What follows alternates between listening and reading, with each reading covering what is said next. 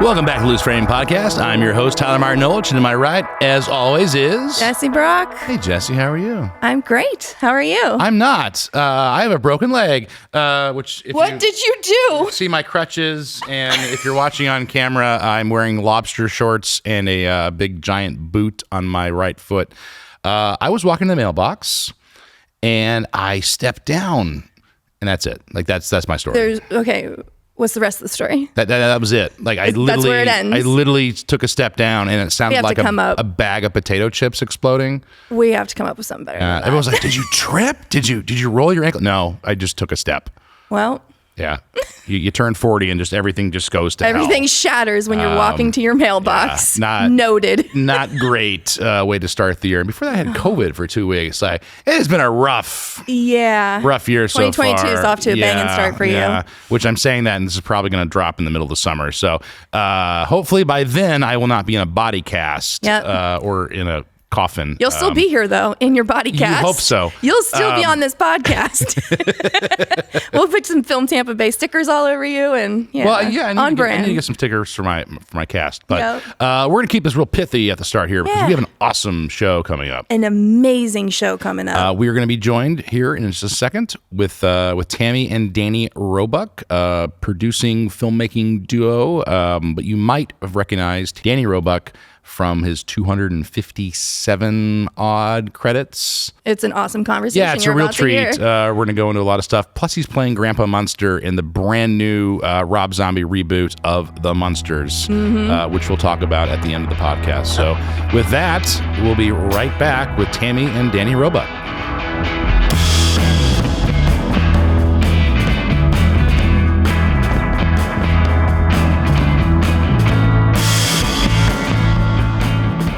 Welcome back to Loose Framing Podcast. I'm Tyler Martin-Nolich, and joining me now are my guests, producer and editor, Tammy Roebuck, producer, director, star, stage, and screen, Danny Roebuck.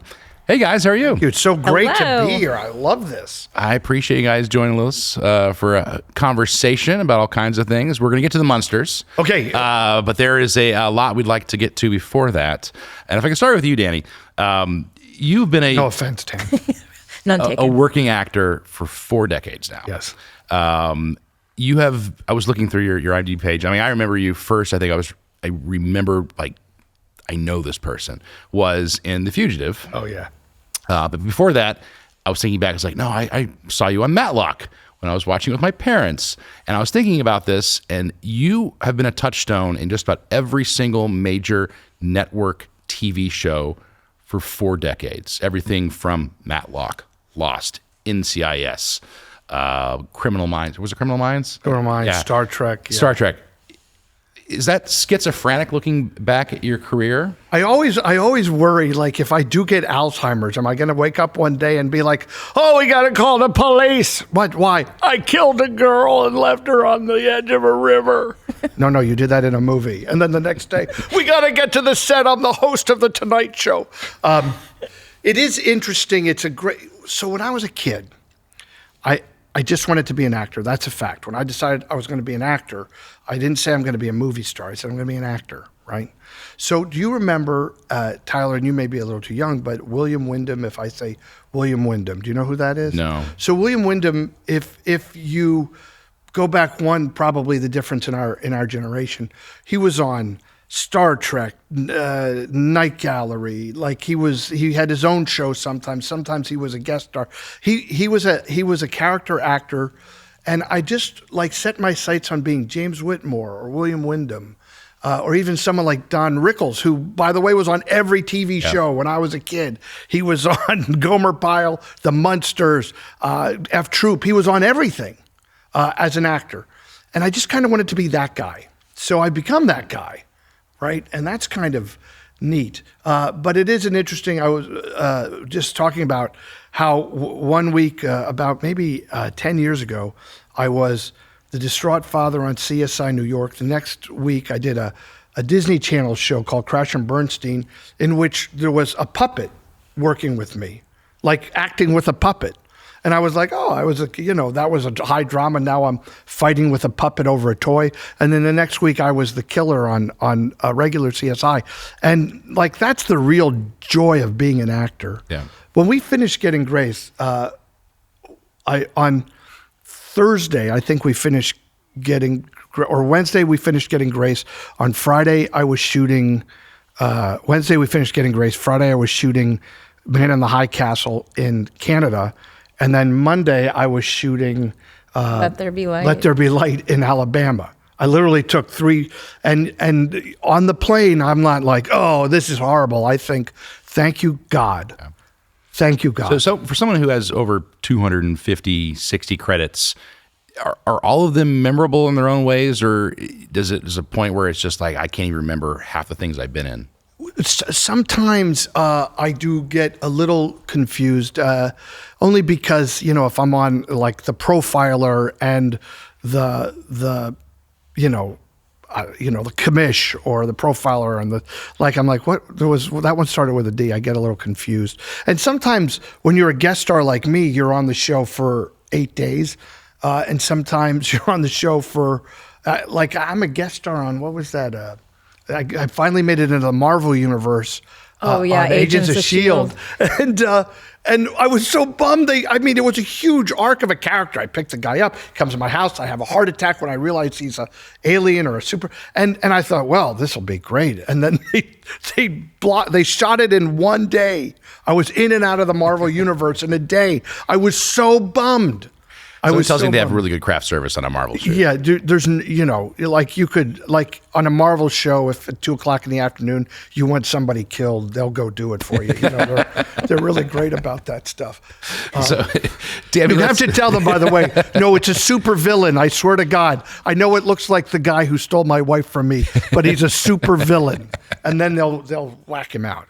That's fantastic. I have never worked on a Marvel show, so someday maybe. Sure, why not? With the prodigious amount of episodes they're putting out, that might actually come true someday. Yeah. Well, no, it's like, look, if you're an actor, you're like, well, one day I might be Batman. They're going through everybody. Eventually, they're going to get to the old fat guy. I would watch that one. Tammy, one of your earliest gigs was working for government TV. Do you still have a soul, and why did you continue on with your career after that? It's funny, and people may not know, when I left the county, there was a huge budget shortfall because the property tax revenue dipped when the real estate market crashed. So I was running the station, but had to lay off so many people, and it was depressing. So the second year of layoffs, I actually laid off myself.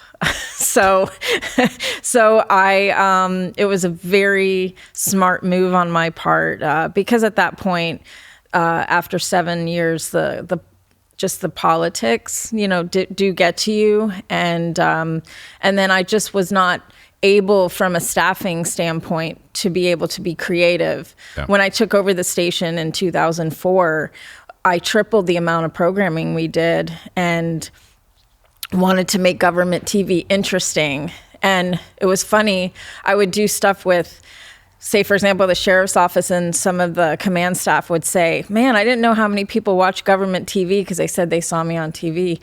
And that's what I was trying to do, make it interesting. But when I wasn't able to do that anymore with the staffing cuts, that was my time to get out. Yeah. So right now you primarily produce and edit. Do you find one more rewarding than the other as far as a job task? They're also different. I think from a producing standpoint, from filmmaking, it's rewarding because that's your baby, and you're seeing it from concept to completion. And as a producer, you're doing every job imaginable. And in my part, I'm also kind of handling the bookkeeping part of it, which is not always fun when we're running out of money. But I love editing. That is my passion. As a commercial producer, I kind of do all of it. I do the writing, the directing, the shooting, and the editing. So There you get a little bit more connected to the project, because if they don't like it, you're like, that was your idea. And then when they love it, then you're super excited. So it kind of like ebbs and flows. But so can I just interrupt and say, the thing about Tammy in our movies is, I'm telling you got to feel bad for Tammy, because she has so many talents. We are reliant on her to get so much stuff done. So she's not just overseeing the other producers. She's not just doing the bookkeeping. She's not just making sure that the location is open. She's also creating the signage. And if filmmakers are watching this, let me give you a hint. It's coming at you. Get out a piece of paper. Write this down. Signage is the most important thing that gives verisimilitude to anything you do, because if we do a scene and there's a book signing, and in the window when you're outside there's a poster for the book signing, and there's the book jacket that she had to design, and there's the table topper for the signing, and in the back you see another different poster. Like when people watch that, they go, oh, it's legit, because it's, you don't just put up a sign and say police department, and then there's nothing in the police department that looks like a police department. So signage is key, but Tammy has to do all of it. It's funny you brought that up, because the one thing I can always tell who's an actual real location manager is by how many totes of signage that is in the back of their car. Right. Everything from crew parking to craft services, like they have everything all mapped out and ready to go. So, but that was a great, actually, anecdote, because now we can segue into something. There's not a whole lot of husband-wife filmmaking teams out there. So talk a little bit about the collaborative process, and not only just in how you've grown as a relationship as a result of that, but what are your strengths and what are your strengths, and how do they combine together? I have very few strengths. In fact, I always worry if I can't make movies as an actor, writer, director, I really have nothing. If there is such a thing as professional organ loaner, I would like to loan my organs. I don't want to give them away, but I'd like, if somebody wants to use them, and then give them back. But Tammy is the backbone of this operation, believe me. But I can't write a screenplay, so I still need him to do that. He's a good storyteller. Oh, thank you. We're cheerleaders for each other. And as the collaboration has grown, the first movie was edited by a great guy, our producer, Chris Monte. Oh my God. We loved having him on that movie, but when we got to the second movie, he did not have room in his schedule. And it was like, Tammy, you'll be editing this movie. Well, it was great. And by the way, that's the other thing that's kind of changed the technology. We're using the Sony Venice. That's how we shot the last two movies. And because there's Sony Venice, they have another software that's kind of designed to let you storyboard how you want something laid out. But I've kind of figured out that I could manipulate that to a point where I could actually pull my edits. So I'm not just pulling a take, but I'm pulling where it goes from this take to this take. I can do everything but cover sound or whatnot. Yeah, so he can't layer the audio, but he saves me as an editor a ton of time, because he's already kind of doing a lot of the grunt work ahead of time. He's picking what his favorite takes are. We may go back in and find out that from continuity standpoint that didn't work, and so I'll go in as the editor and we'll tweak it, or we'll make changes together. But he saves me a ton of time, because he can kind of go in and then as the director, they would do that anyway, go in and really pick the performance they pick their take, right? Yeah. But they don't generally, like they oversee their first edit. I mean, look, when we did Getting Grace, from the moment I wrote the screenplay, I knew I was going to put a piece of Mozart's Requiem at a certain point in the story. And, there's this kind of magical thing that happens, when you drop in music and you're like, oh my God, that's perfect, right? And it's just that amazing thing. But what I really find is when the music really drops, that's a filmmaker kind of oddly getting into the same, like, before I say action, I kind of, this is going to sound stupid, but you know how there's the ebb and flow of the tide, right? And I don't just say action. I kind of take a moment and I center action, because I feel like this is, we're flowing, not ebbing. So we want everybody to flow at the same time. And you drop the music in, and it's like magical. It's because you flowed when Mozart flowed 500 years ago, 400 years ago. You know what I mean? So you're kind of on the same rhythm of some sort. Anyway, I put in and I was showing one of our producers in California, and she said, I'm just not buying that classical music. And I had this aha moment. I was like, great news. I don't have to sell it to you. It's my movie. I don't have to ask anybody's permission for anything. That our credits, I'm like at the end of the actor role, I put in the greatest actor who ever lived, Tony Randall, because I realized I could put whatever I want, and no studio, nobody. I know it's hard. Like, it's hard when you're working for the studio. So, we can collaborate and then we're not idiots. We show the movie. I gauge if people laugh. I gauge their reactions. I do that constantly through the process. And I'm smart enough to know, oh, that didn't work. We got to recut that. But we're really good at pushing back. But it's never, I don't buy that. It's always like, do you want to try this? So we have a very respectful collaboration, I think. And it's fun. Like, we'll be in the edit suite. Like, we had cut a scene, a really hard scene with a ton of cameras last week. And when it finally played, and we had been, you'd been cutting and cutting and cutting. And then when you finally watch the whole thing, and then we were both, I think, I wasn't looking at him because I didn't want him to see me crying. And then I looked at him, and he got emotional. And that's what you want. You're like, oh, we finally we got the scene right. Yeah, and we fooled ourselves. And we knew it was going to happen. You were there. You wrote this. You directed it. You wrote it. No surprises, but still. But it's like you go, okay, that rhythm works. And if it's funny when I write, if I tell someone, here's an idea, I'll tell her, and I'll get emotional while I'm telling the story. I think, oh, that's God's way of telling me that I'm on track. Yeah. That's my personal whatever, like, calibrator that lets me know I'm running well. Yeah. But it's really been great. It's been great. We joke that we've never had a fight in, and it's not a joke. We've never had a fight. One time she got mad at me, and I apologized immediately. So I don't think that's a fight. I think a fight is when you take opposing points of view. I was acting like a jerk. She pointed it out. I was like, "You're right," and that was all it came to. We took. I'm always trying to think outside of the box, Tyler. So we had this idea. And I love doing it, although it didn't work out exactly how I wanted. So we took Getting Grace on the road before the movie opened to 15 of the cities that we were going to play the movie in, because we got a theatrical run.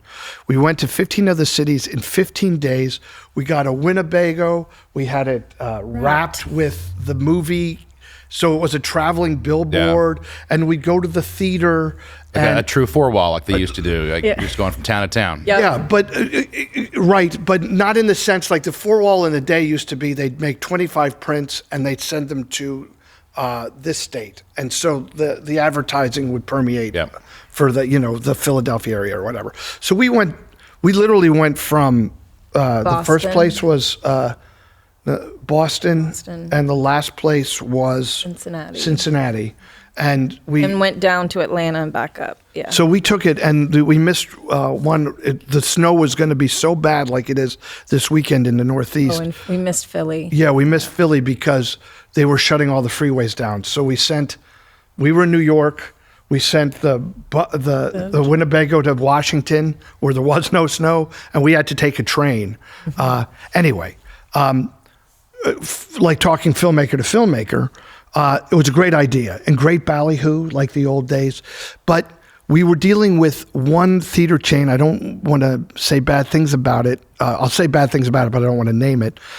And that chain, sometimes we would get to the place and they wouldn't even know we were coming. Like, we were bringing like the bus and the red carpet and the meet and greet. And people all in the town knew we were coming, but the theater chain somehow missed the memo.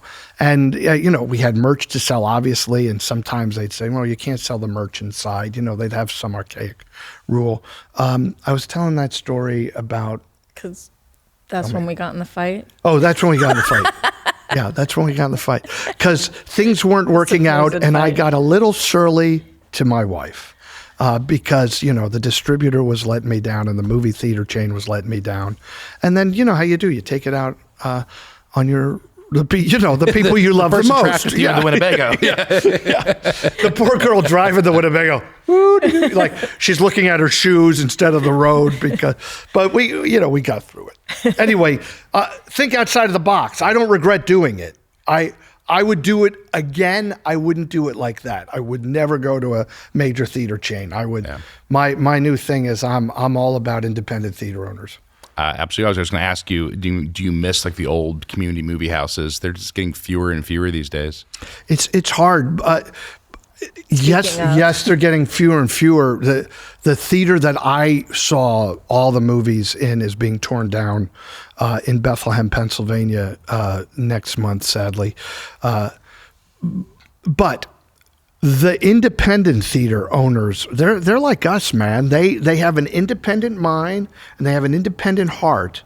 And although they play the Disney movies and everything, yeah. they have a heart for filmmaking. I'm very lucky. I'm speaking next week. I know this is not, but I'm speaking soon, let's say, at the Independent Drive-In Theaters Association.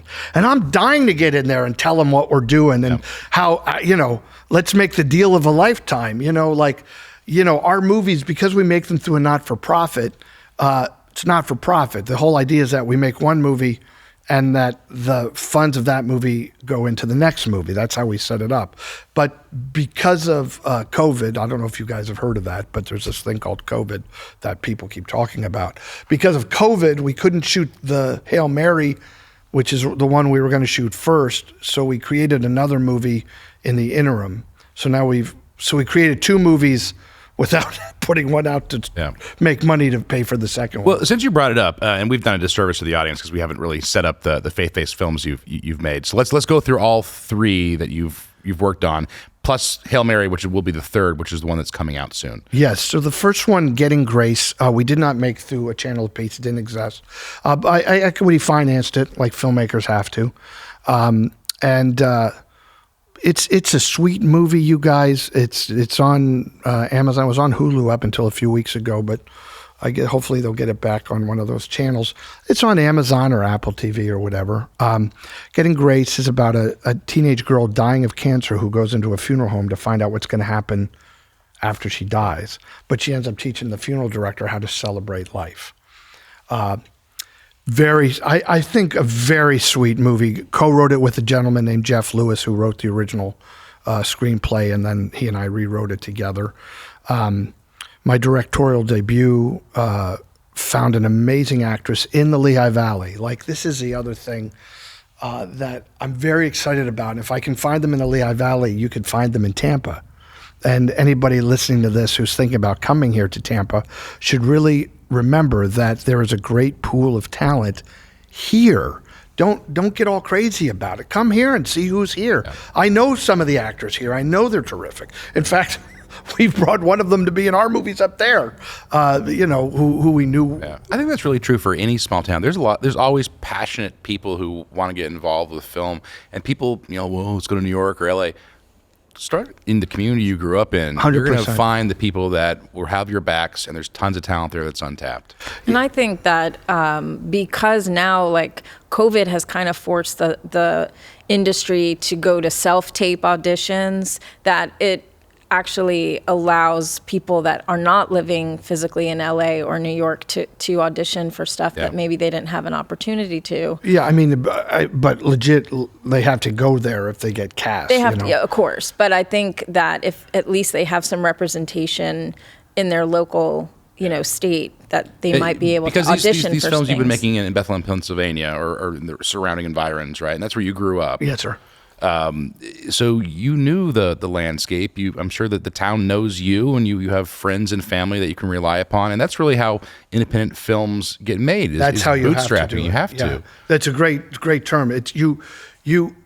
We have now over 3 films really developed an infrastructure that I think any filmmaking conglomerate would be jealous of, because I've got really talented workers And I always look for workers. I don't look for posers. I look for workers. And, we don't pay anybody what they're worth, but they get to be part of the process. I couldn't do it without them. But here's the difference. Here's the difference. I make movies that promote the place. I don't come to the Lehigh Valley and make a movie that shits on the Lehigh Valley. Yeah. You know what I mean?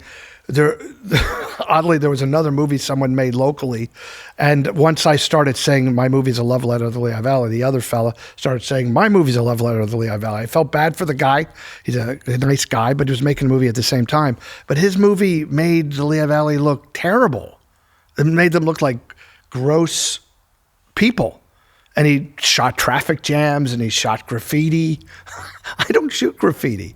Like, if you're going to come to Tampa and you're going to ask the Tampa Film Commission to help you, you better make a movie that makes Tampa look like a place people need to come to go, oh, those people in Tampa look, okay, you can make a movie. There could be a killing or whatever. I watched Forensic Files. We had a Tampa murder and a St. Petersburg murder back to back last night.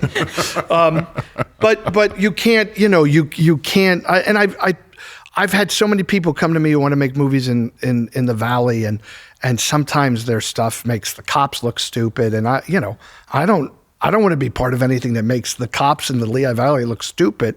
What would I do without them? They're necessary. They help us make the movies. I'm not going to make them look foolish. That's terrible.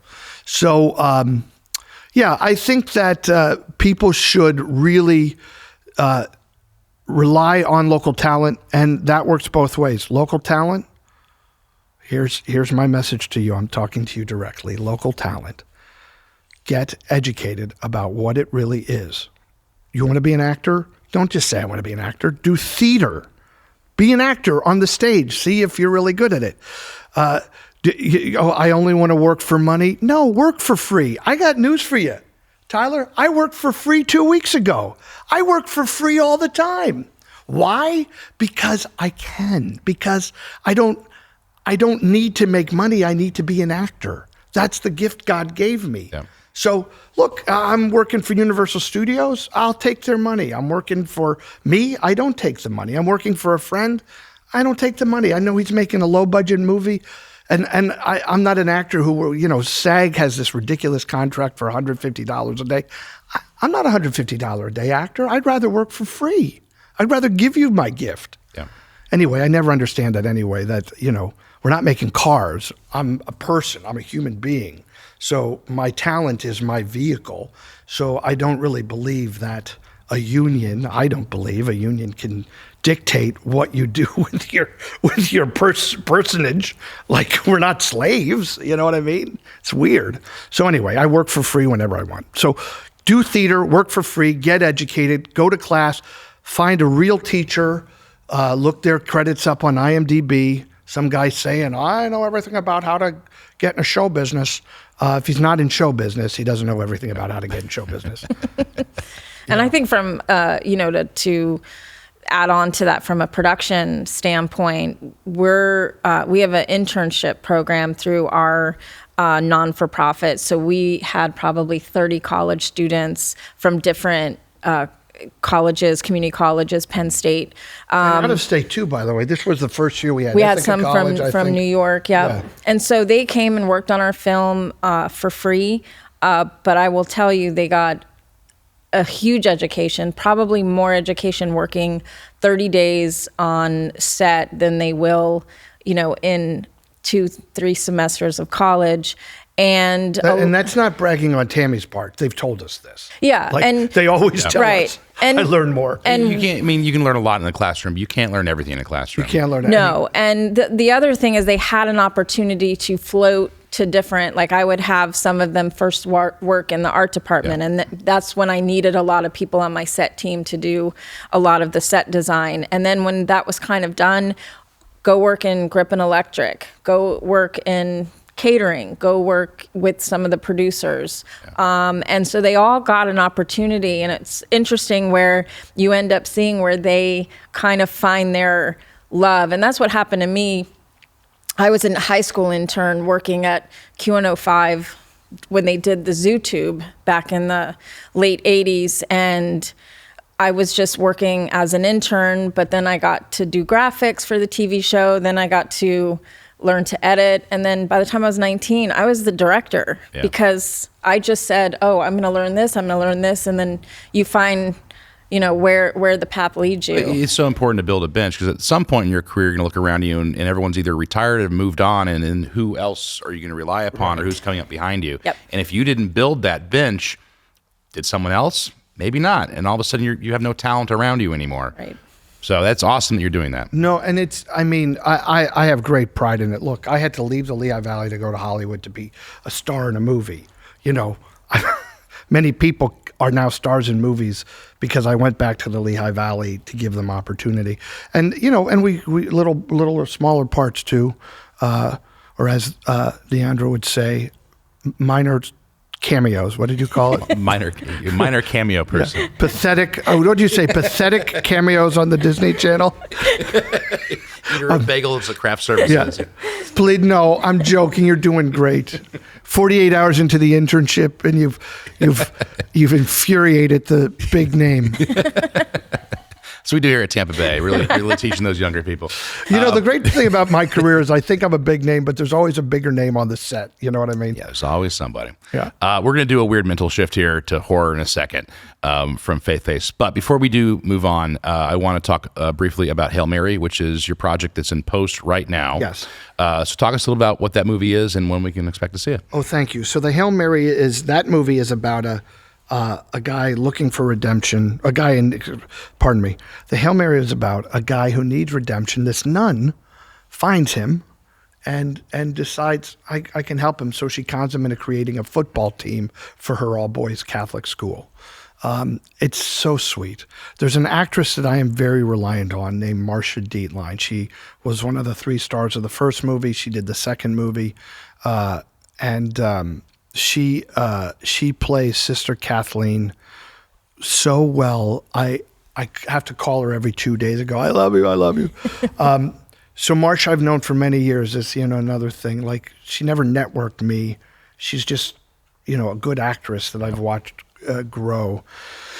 And she's just extraordinary. And so I grew up in Catholic schools, and this character was so important to me because if I could just backtrack for 1 second, how does your life shift? First grade, first grade, that's first grade 1969. You didn't know how to read or write. That's what they taught you. And I went to a Catholic school. And I watched some Popeye cartoon where they were like, Popeye's nephews were like, we're going to make our own cartoon. So they made a cartoon.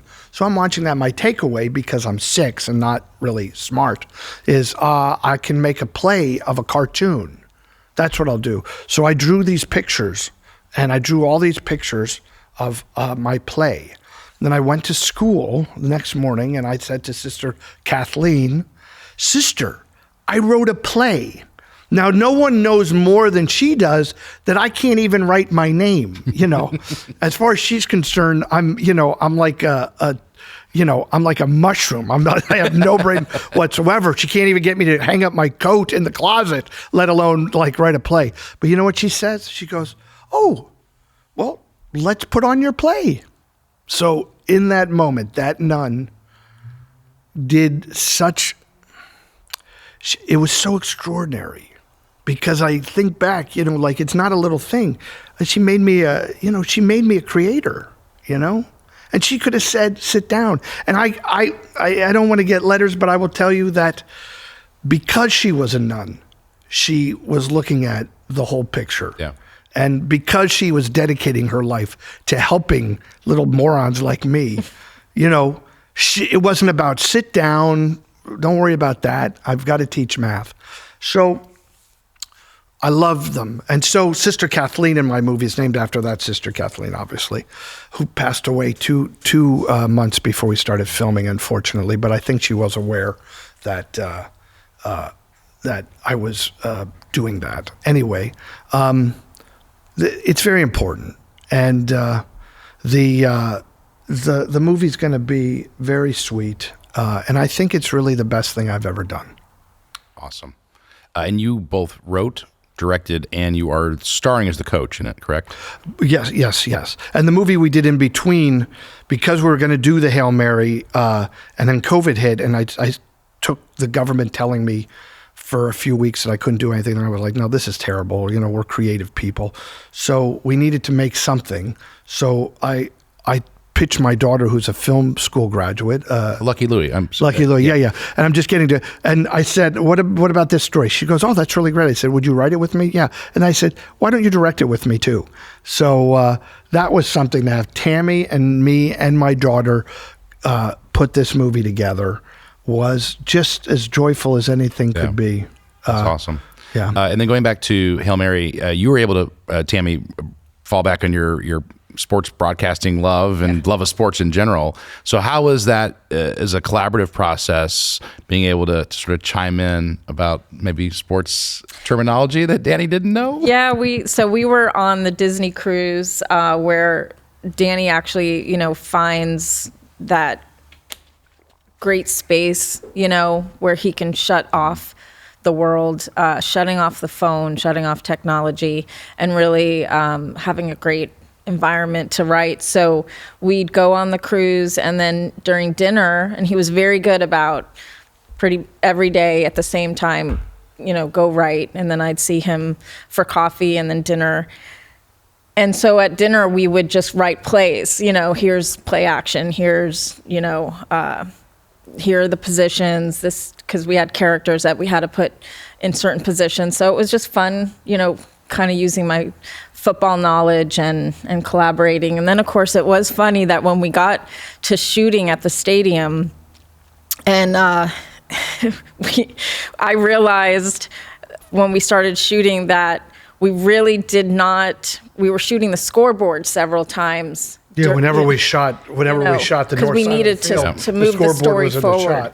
And I realized, oh my gosh, I have to figure out what down it is, how much time's on the clock, and so that became like, so we had to get all that figured out before we started rolling. Kind of ruins the tension if it's the last play of the game and it says you got 12 minutes left on the clock. Wait, it's still the first quarter on the scoreboard. What's going on? I mean, we worried about it a lot, but the simple fact is you could have changed it if we made a mistake, but I don't think we made a mistake. Well, I was always like, if the camera's moving, if the camera's moving, right? I'm pretty good at digital effects and Photoshop, but if the camera's moving, that's going to be a little harder. That's going to be, yeah. But thank God she was there. And then, so you're a filmmaker, right? Be honest about what you don't know. Yeah. Be honest. I got this kid, Liam Nixon, Pat Dundon, Kevin Culligan. Kevin Culligan, and and Kevin, the other Kevin. The other Kevin O'Connell. Yeah. I got 4 guys who took my team of theater kids, and I'm not kidding. 1 kid played football, 2 kids played baseball, and all the rest danced. So, and I don't say that like I wish I could dance, but these. At one point, I get a call from the coach of the Liberty High School, and I went to Bethlehem Catholic. He went, Liberty. He goes, I got to see your kids practice the other day. Ooh, they're not really football players. And I said, hey, Fred, did you believe that kid had cancer and getting grace? He goes, yeah. I go, you'll believe they're football players. But we've got, these kids look great. The magic of editing and sound editing, sound effects. But we taught them, these 4 guys oversaw teaching them 12 plays that we intermingled and using the movie. And, you have no sense when you watch the movie that every moment of the play is choreographed. Every interception, every tackle, everything's choreographed, and the stuff looks so. I mean, I'm like, oh, it looks so real. I'm thrilled because I was afraid. You're afraid. I don't want to make Bethlehem look bad, but speaking of what thank God my high school. You're shooting a sports movie, and we had flashbacks of the team that we play. We had to flash back their team 20 years earlier. Thank God my high school, the guy who coaches at the high school said, well, you could you just use Becca as the team. So they had the uniforms from 20 years ago. Wow. They only had a couple helmets, so we had to be very careful about how tight we shot stuff. But my God, thank God. Free production value. Because suiting a team is extremely difficult. And we needed 50, teams, we needed 2 teams and 50 white helmets. And just finding white helmets, we went to the colleges, we went to Penn State, we went to Lafayette, we went to Lehigh. We got helmets from everywhere. Yeah. But everybody came together to help us do that. Like the community came together. And I know Tampa would come together. If we were here, we would get Tampa to help us. And other filmmakers could too, who should come here to shoot. Thank you for that. You're Checks in the welcome. mail. You don't even have to pay me for that. It's a great place. Thank you. I really appreciate that. But if you were making out a check, it would be to a channelofpeace.org. a channelofpeace.org. That's what the free coffee was for. You've already been paid. We're going to do a mental shift here now from faith-based films to a major universal picture horror film. Let's talk a little bit about the reimagining by Rob Zombie of the Munsters. Yes, and I'm very excited to talk about that. Unfortunately, I can't. I can talk, but I can talk about how great it is to be in it. I just can't talk about what it's about. Give us a laugh. I think you want that? What? I want the laugh. He wants to laugh. Oh, okay. Yeah, Grandpa Munster. And for those maybe too young for the Munsters and you didn't catch it on Nick at Night, that is almost spot on. Yeah. Well, you can't look, when this was announced, it's amazing what people say online. And now I've learned that I have to kind of just look and laugh at it. You know, when they announced me as Grandpa, one guy writes, "This guy has no comedy experience." Now, other than I've been acting for 42 years, which is how old Al Lewis was when he did Grandpa Munster. Other than I had 42 years of acting experience before I played the part. It's just funny that, the great thing is we're doing the Munsters. The better thing is I knew Al Lewis and I worked with Fred Gwynne and I know Butch Patrick. We don't have to be them. They're perfect. Yeah. All we have to be is those characters in another form. Now, the difference between, I was saying this the other day, all the pushback initially that came out about this was weird. So I'm in a movie called The Fugitive. Did anybody care that Harrison Ford was taking over David Jansen's part or that Tommy Lee Jones was taking over Barry Morse's part? Nobody seemed to care. It was like, oh, they're playing those characters in a modern telling of the story. But the Munsters is very special to people. It's interesting. So let me rephrase the question then, because I know you can't talk a whole lot about the actual production because not a lot of it is dripped out yet, other than that amazing photo. And if you haven't seen it online, look it up. You've got Herman, Lily, and Grandpa Munster. You're all in your own costumes in front of the iconic house. Yeah. And if that didn't shut up detractors online, I don't know what will. No, it's a good point. Rob Zombie is so smart because the only real character from the first movie is the house. And every time they've made other Munster movies, other iterations in the 90s and early 2000s, they had to fake the house. I was on the set of the one Munsters movie, and the house was in Culver City. It was terrible. It looked nothing like, because they couldn't do it. Anyway, Rob did it. By the time people are listening to this, hopefully more photos and information comes out. So let's talk not about the movie you're making, Yes. not about the reboot, but why is the Munsters such an important, iconic property?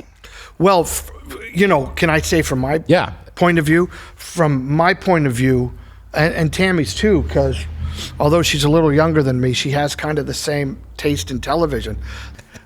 We'd come home and the Munsters would be on. My brother and I would sit down and we'd watch the Munsters. It was our family because Mom was working and Dad was working, and so the Munsters were like our family, right? And for me, because I've been working in comedy, loving comedy, doing these impressions and loving horror movies, and it was the perfect combination. There was Abbott and Costello meet Frankenstein, and that were the best of the best of mixing comedy and horror. So I loved it, and I loved Dracula. So look here, dude, I'm Dracula in a Universal Studios horror movie.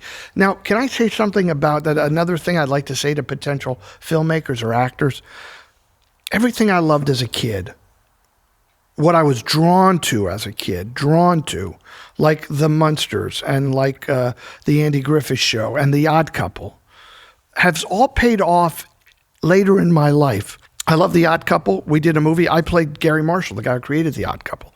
I loved Andy Griffith Show. I spent 3 years with Andy Griffith. I love the Munsters. I'm in the Munsters now.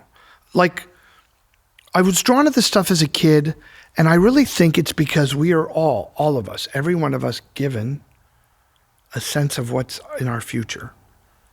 Like, I love that God showed me my path. The difference between me and another guy is I didn't deviate. Yeah. I didn't. When the girlfriend said, and this really happened, I don't know if I want you to be an actor because, then you'll kiss another girl. And I want to tell you guys, she was hot and she was older than me. And I was like, oh, yeah, that might happen. Goodbye. But that could have been the first thing that took me off. And look, we all have a different approach to the world. I've never done any drugs. I stopped drinking when I realized drinking was a potential problem in my DNA because I come from a long line of drinkers. And I didn't want anything to detract me from my goal. And it wasn't like I'm going to be an actor, but I'm going to live in Pennsylvania. No, I went to where actors live. If I was going to be a movie actor, if I wanted to be a Broadway actor, I would have gone to New York. But I saw myself. I talked about being on TV from the time I was 6. So how did I get there meant that I couldn't deviate. So that's really something I'd like to share to people. And Tammy and I've talked about this a lot. How do you ignore all the other white noise? White noise. By the way, the new white noise, honestly, is politics. I got a buddy who I mentor, and I mentor a lot of actors. And this guy, he called me, he goes, yeah, I'm not moving forward. I just don't know what to do. I'm stuck. And I said, how many hours do you spend a week? Because I'm aware on social media. He goes, oh, not too many, like 30 hours. And I was like, 30 hours. I mean, that's shy of a work week for some people. Right.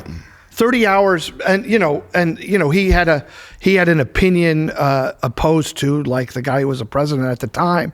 So he spent 30 hours a week promoting that opinion and no hours a week promoting himself, no hours a week making a movie, directing a thing, being an actor, doing a theater show. No actors, it's mind-numbing to me. You've got to stay away from anything that takes you away from your God-given purpose. That's so important to hear and to say. I mean, life itself is a long road, and it's also just a long day from the time you wake up and the time you go to bed at night, and there are off-ramps all along the way. Right, that you're like, oh. So with that, before we go, I want to give you guys a chance to plug your social media and your nonprofit. So where can people find more about what you do? Absolutely. Well, our nonprofit is called A Channel of Peace. So channelofpeace.org is our non-for-profit. And there's a lot of ways for people to donate if they feel that they would like to do that. And then, of course, Daniel's got his Facebook fan page. On Facebook, Daniel Roebuck. Instagram, Mr. Daniel Roebuck. Instagram, your Bean Video. But I like when you talk about donating to help us make films, and I'm going to do the face. Go ahead. We need donations. Okay. You go ahead. We do need donations. It is a literal non-for-profit. Get you a plate to pass around. Please, sir, may I have more? But look, we're blessed to do what we love to do. We're blessed to be part of this. I would highly suggest filmmakers think about coming to Tampa.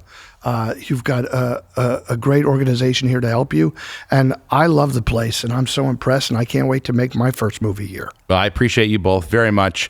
For those listening, you've been listening to Tammy and Danny Roebuck. Why does she get first billing?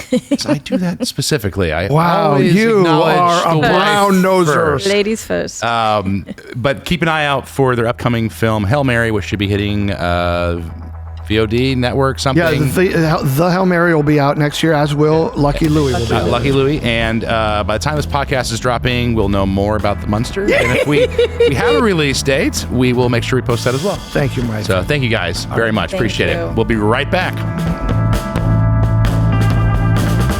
And welcome back. It's me, your host, Tyler, and joining us again is... Jesse Brock. Hi, Jesse. Hi. That was an awesome segment. Tell me about it. Yeah. Everybody on set was like, their ears were perked up. Yeah. Well, it was fun too because when the cameras weren't rolling, there was a lot of crazy antics and jokes. Oh, yeah. And well, Daniel Roebuck started out as an impressionist. And you can he brings an energy when he's just talking to you, and he's just constantly riffing and improvising, and he is a character. Yeah. He's hilarious. It's a lot of fun. And, he gave that great anecdote about, staying in your lane, staying in your path, and how he grew up loving Universal monster movies. Yes. And then how many years later, now he's playing Dracula in one of the most iconic, sort of 50s, 60s, television series with the Munsters. Mm-hmm. So what a path and a journey. And what a humble way to tell that story that he's literally, kind of manifested it, everything that he loved as a kid, he's getting to do now. He's literally living the dream. Yeah. And how inspiring is that to actors that are listening in or filmmakers that are listening in that are like, wait a second, you can actually do it. You're probably too young for the Munsters, but do you remember the Munsters? Yeah, I'm too young. No. I'm too young, but I have seen that famous photo y'all talked about. Of them in front of the house. Yeah. So the Munsters is great for those who've never seen the Munsters. Maybe you don't tune into Nick at Night. I'm old, but I'm not old enough to have seen them first run, but I definitely grew up watching them on Nick at Night. Right. It's basically a monster family living in the most like whitewashed world around them, which I think is what makes it fun, is that they play their own characters completely straight. Like every weird thing that's going on in their life is just normal. Right. And then everyone else around them is reacting to that, which I think is a lot of fun. And he gets to play Dracula. He does. It's so fun. And if you've seen any of the collateral that's come out for the movie, you can tell he enjoyed every minute of being that character. Oh, yeah. My love for Universal Monsters kind of came from Halloween Horror Nights, actually. I started going in like 2016. What's your favorite horror movie? Horror movie? Yeah, or like classic Universal Monster. Oh, I mean, personally, if I had to pick a classic Universal monster, yeah, which one's your favorite? Gosh, I think it would probably be the Wolfman. The Wolfman. Yeah. How? Yeah. Why? I was never a Frankenstein monster guy. See, I'm Frankenstein. Yeah, just kind of And bland. I think he would be okay with the fact that everyone calls him Frankenstein. That's my personal take on it. Everyone's like, that's Frankenstein's monster. I know the Wolfman was always like a tragic story because like the Universal way they portrayed him, he's just a normal guy with a curse, and like he doesn't want to be a bad person, right. but he is. I don't know, the Frankenstein's monster. He's sort of just like a mindless kind of machine, automaton. But it's not his fault it he's leads evil to either, some really good comedic moments. And I like the fact that, like the Munsters, you can I'm thinking of Young Frankenstein, one of my favorite movies of all time. That's a different iteration. But it's inspired by the same, Universal started it, and Universal was built on those monster movies, but Young Frankenstein wouldn't have happened if Universal didn't build that I'm talking like 30s, 40s Universal. Yeah, Boris Karloff, Lon Chaney. Yeah, the man with no face. I mean, those were iconic and classic. Yeah. At least they are now. At the time, they were, I hate to say it, they were almost like trash B-roll type films. Yeah, you could use it if you're trying. Yeah. Oh, I liked the way that Danny Roebuck kind of talked about the classic Universal movies, but how they the Munsters, how they incorporated horror and comedy. Yeah. What do you think about that? There's comedic moments to it, and I think that's, again, going back to like the idea of the Munsters, they're playing it straight. Same thing with like the Addams Family. Like that's just the world they live in, and the comedy comes in from everyone else having to deal with these strange people that have been plopped in the middle of their society. I think that's a lot of fun. Yeah. Well, I, for one, am very excited to see it. Yeah, I am too. Looking forward to that. Hopefully, when you're listening to this, release date and probably a trailer will have dropped or will be dropping soon. So with that, let's wrap it up since we've gone long already. Jesse Brock, where can people hear us? This is Loose Framing Podcast. You can stream us anywhere that you listen to podcasts, or you can watch us on YouTube. And don't forget to follow at Film Tampa Bay. Thank you much. And with that, that's another episode of Loose Framing Podcast. I'm Tyler Martin Ulrich. This is Jesse Brock. We'll see you next time.